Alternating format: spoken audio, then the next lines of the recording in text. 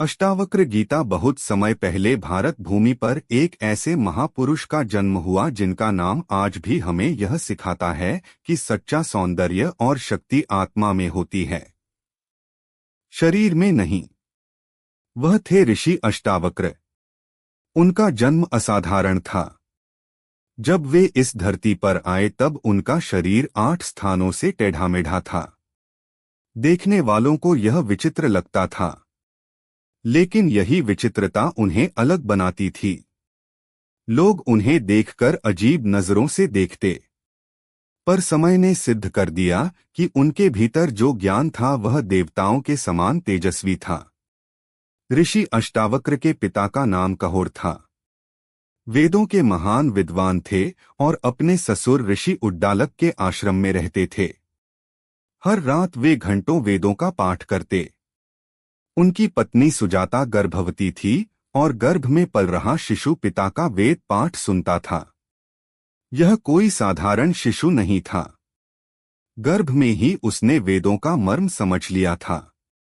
एक रात अजन्मा बालक ही बोल पड़ा, पिताजी आप वेद तो पढ़ते हैं, लेकिन उनका उच्चारण शुद्ध नहीं है। ज्ञान केवल शब्दों की पुनरावृत्ति से नहीं मिलता।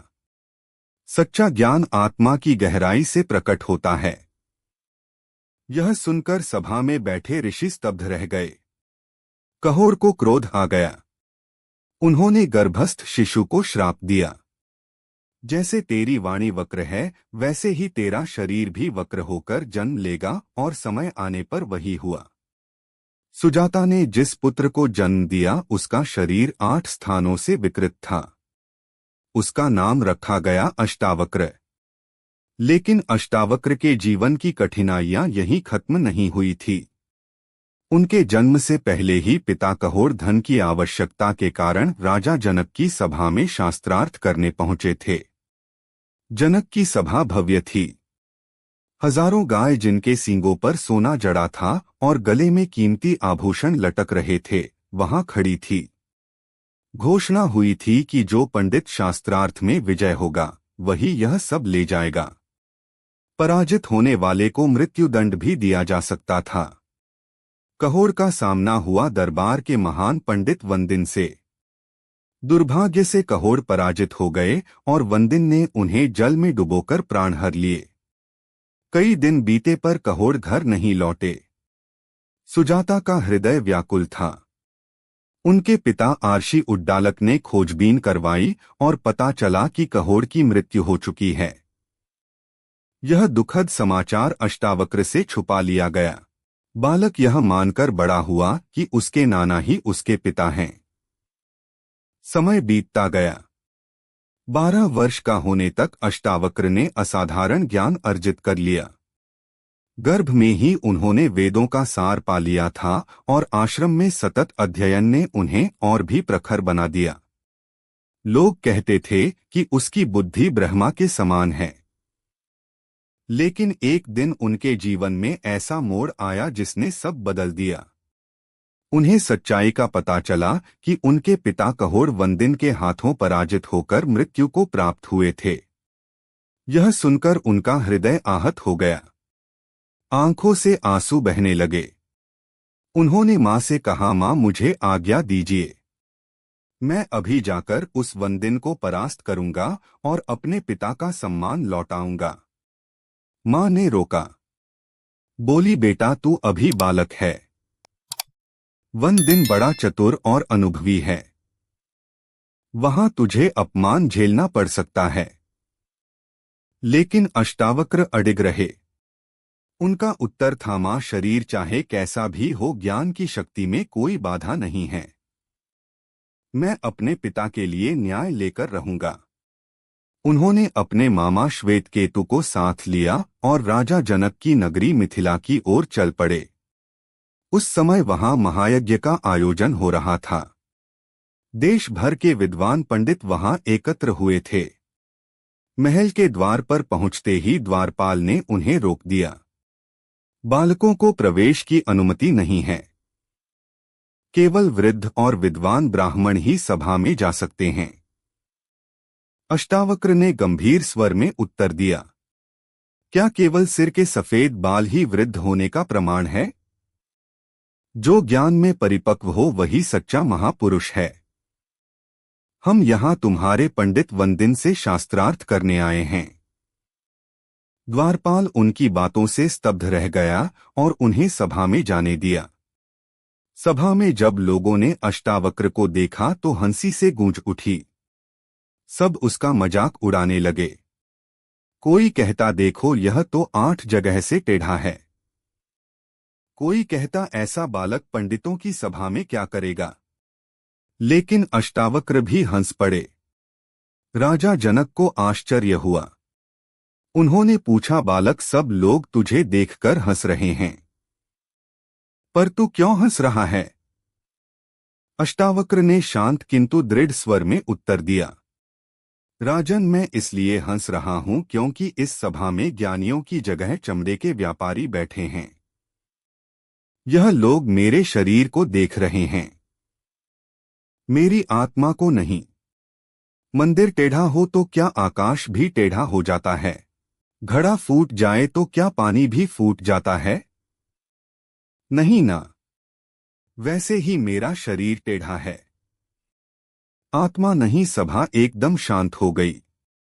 पंडितों का अहंकार पिघल गया। राजा जनक ने अष्टावक्र की परीक्षा लेनी चाहिए। उन्होंने कठिन से कठिन प्रश्न पूछे और अष्टावक्र ने पल भर में सही उत्तर दिए। राजा जनक दंग रह गए। उन्होंने कहा, बालक, तुम निश्चित ही वंदिन से शास्त्रार्थ करने योग्य हो। फिर शुरू हुआ महान शास्त्रार्थ। वंदिन ने अपनी पूरी विद्या लगा दी। प्रश्न पर प्रश्न, तर्क पर तर्क, लेकिन अष्टावक्र का ज्ञान समुद्र की तरह असीम था। उनकी वाणी सुनकर वंदिन मौन हो गया। वह पराजित हो चुका था। सभा गूंज उठी। अष्टावक्र की जय हो, धर्म की जय हो। अब अष्टावक्र ने मांगा, जैसे वंदिन ने मेरे पिता और अन्य ब्राह्मणों को जल में डुबोया, वैसे ही इसे भी वही दंड दिया जाए। राजा जनक मौन थे। अष्टावक्र बोले, राजन, चुप रहना क्या अन्याय का समर्थन करना नहीं है? राजा ने सिर झुकाकर कहा, हे ब्रह्मर्षि, आपकी आज्ञा उचित है। तब वंदिन बोला, मैं यह दंड स्वीकार करता हूं। यह मेरे लिए वरदान है, क्योंकि इससे मुझे अपने पिता देवता वरुण के दर्शन होंगे। और उसने अष्टावक्र की ओर देखते हुए कहा, हे मुनि, आप ज्ञान के सूर्य हैं। आपके तेज से अज्ञान का अंधकार मिट चुका है। मैं जाते जाते आपको आशीर्वाद देता हूं। अभी इसी क्षण आपके पिता कहोड़ और अन्य ब्राह्मण जल से बाहर आएंगे। और तभी अद्भुत दृश्य हुआ। जल से ऋषि कहोड़ और अन्य ब्राह्मण जीवित बाहर निकल आए। सभी ने अष्टावक्र और राजा जनक को प्रणाम किया। सभा आनंद और विस्मय से भर उठी। यह घटना राजा जनक के हृदय को भीतर तक हिला गई। उन्होंने देखा कि यह 12 वर्ष का बालक कोई साधारण मनुष्य नहीं बल्कि आत्मज्ञान का स्रोत है। अगले दिन राजा जनक ने अष्टावक्र को आमंत्रित किया। राजमहल को सजाया गया। अष्टावक्र को ऊंचे सिंहासन पर बैठाया गया। स्वयं जनक घोड़े से उतरकर उनके चरणों में दंडवत हुए और कहा, गुरुदेव, मुझे वह ज्ञान दीजिए जो मृत्यु से परे है, जो आत्मा का है, जो जन्म और मरण के बंधनों से मुक्ति दिलाता है। अष्टावक्र ने शांत स्वर में उत्तर दिया, राजन, जब तक तुम स्वयं को शरीर मानते हो तुम बंधन में हो। लेकिन जब तुम जान लेते हो कि तुम केवल साक्षी हो, ना करता ना भोगता, तभी मुक्ति का द्वार खुलता है। आत्मा शुद्ध है, अचल है, अजर है और अमर है। वह कहीं आती जाती नहीं, वह बस है। यह संवाद केवल एक दिन नहीं, कई दिनों तक चला। राजा जनक प्रश्न पूछते गए और अष्टावक्र उत्तर देते गए। इन गहन प्रश्नों और उत्तरों से जन्म हुआ एक महान ग्रंथ अष्टावक्र गीता। यह वही ग्रंथ है जो आज भी हमें याद दिलाता है कि आत्मा कभी बंधी नहीं होती। केवल अज्ञान ही बंधन का कारण है। मित्रों, यह कथा हमें यह सिखाती है कि शरीर चाहे कैसा भी हो, आत्मा की ज्योति सबसे उज्ज्वल है। सच्चा सम्मान बाहरी रूप में नहीं बल्कि भीतर के ज्ञान और सत्य में है। अगर यह कहानी आपको प्रेरणा देती है तो इसे औरों तक पहुंचाइए। ज्ञान का प्रकाश जितना बांटा जाए उतना ही बढ़ता है। अगर आपको यह वीडियो अच्छी लगी हो तो आप वीडियो को एक लाइक करके हमारी चैनल ज्ञान धार्मिक को जरूर सब्सक्राइब करें। जय श्री कृष्ण।